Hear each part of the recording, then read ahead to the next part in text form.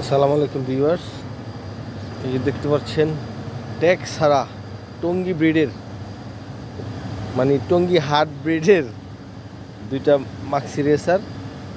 বড় ভাইরা বলেন যে রেসার পালতে হইলে রেসার যদি 30 থেকে 40 মিনিট আকাশে উড়ে তাহলে মনে করবেন টপ কোয়ালিটি রেসার। তো বড় ভাইদের কথা অনুযায়ী আমার এই রেসারগুলোকে আজকে প্রথম টাইমটা টেস্ট করলাম। এগুলা 12 মিনিটের মতো উঠতে চায় না, অ্যাকচুয়ালি জোর করে উড়ানো হয়েছে, খাঁচায় থাকে তো সব সময়। তো এগুলো ট্রেন করানো সারা কবুতর, চেষ্টা করবো এগুলোকে ট্রেন করানোর জন্য। ট্রেন করাতে কি কি লাগে, মানে কি কি কাজ করতে হয় আপনারা যদি একটু বলে দিতেন তাহলে ভালো হইতো আমার জন্য। বড় ভাইদের আশীর্বাদ চাই। আমি কয়েক জোড়া রেসার পালতে চাই। এটা রেস করানোর জন্য ঠিক না, আমি আকাশে উড়াবো, দেখতে ভালো লাগে এই জন্য। তো একটু মতামত জানাবেন কি করলে কি হয়। সবাইকে ধন্যবাদ, ভালো থাকবেন।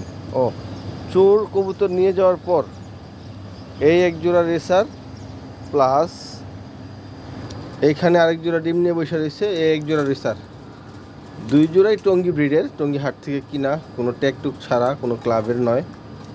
সো এই দুই জোড়া রাইখা গেছিলো, নিচের খোপে ছিল, খুব সম্ভবত মানুষ লড়াচড়া করতেছিল, এর জন্য ওরা টের পাইছে, চলে গেছে। যাই হোক, আল্লাহ যা করে ভালোর জন্যই করে। আমি ইতিমধ্যে খাঁচা মোটামুটি ভরে ফেলছি। যেই রেসারগুলো উঠতেছিল ওগুলোর বাচ্চা, এই যে বাচ্চা, একটু আগে প্রথম যেই রেসারগুলো দেখাইলাম এগুলোর বাচ্চা। তারপর আমি আরও কিছু কবুতর কিনছি। যেমন ধরেন এই যে এখানে একটা মিলি রেসার, এটা একটা নর, এটা একটা গেন্দা কবুতর বলে বা গান্দা কবুতর বলে, ঠিক বুঝি না, জানি না মানুষ কি বলে। এই কবুতরের সাথে জোড়াদা রাখছি, আশা করি এই ডিমগুলো ফুটবে, ডিমও দিছে। আর এই যে এখানে আরও এক জোড়া রেসার, এটাও টঙ্গী ব্রিডের, কোনো ট্যাগ ছাড়া। এগুলো উড়ানো যায় না কারণ বয়স থাকা অবস্থায় কিনছি, এগুলো বয়স্ক কবুতর কিনছি, অ্যাডাল ছিল। আইসা আমার এখানে ডিম দিছে, দুইজনের কাছ থেকে দুইটা কিনছি, একজনের কাছ থেকে নর কিনছি, একজনের কাছ থেকে মাদি কিনছি। প্রথমত আরেকটা কথা বলতে চাই, সেটা হচ্ছে হাটের মধ্যে যারা নাকি অসুস্থ কবুতর নিয়ে যান তাদের বাপ মায়ের যা ইচ্ছা তা করতে ইচ্ছা করে, কারণ এরকম একটা বাজে ছেলে জন্ম দিছে, বলাই উচিত না।